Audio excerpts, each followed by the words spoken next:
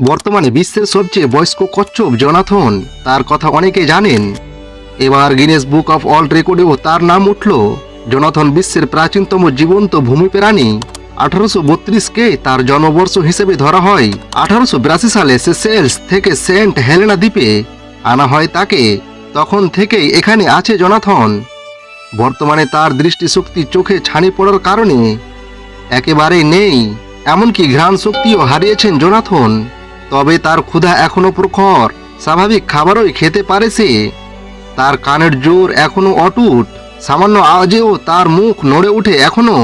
জোনাথনের দীর্ঘদিনের পশু চিকিৎসক জো হলিন্সের পরামর্শে তার খাবার দেওয়া হয়।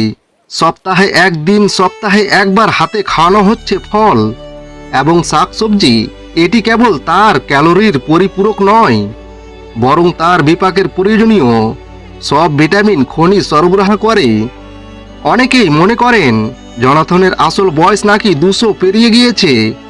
1832 সালে প্রয়াত আসেন বিবর্তনবাদের স্রষ্টা চার্লস ডারউইন, কিন্তু তখনও আবিষ্কার হয়নি বিবর্তনবাদের।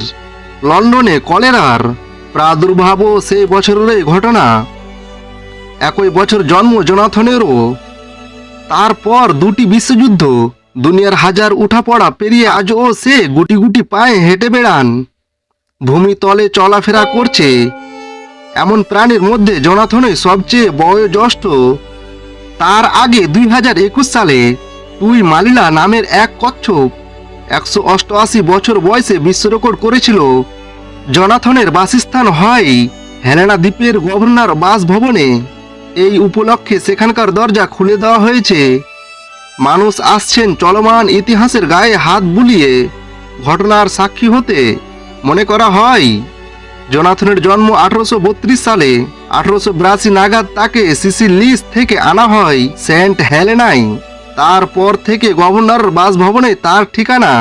তবে গভর্নরের বাসভবনে অবশ্য জোনাথন একা থাকে না, তার সঙ্গে থাকে আরও 3টি অতিকায় কচ্ছপ, ডেভিড, এমা ও ফ্রেড।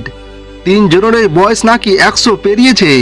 বন্ধুরা, প্রতিদিন এরকম নতুন কিছু জানতে চ্যানেলটিকে সাবস্ক্রাইব করে সর্বদা সঙ্গে থাকুন এবং ভিডিওটি কেমন লাগলো তা কমেন্টে অবশ্যই জানাবেন।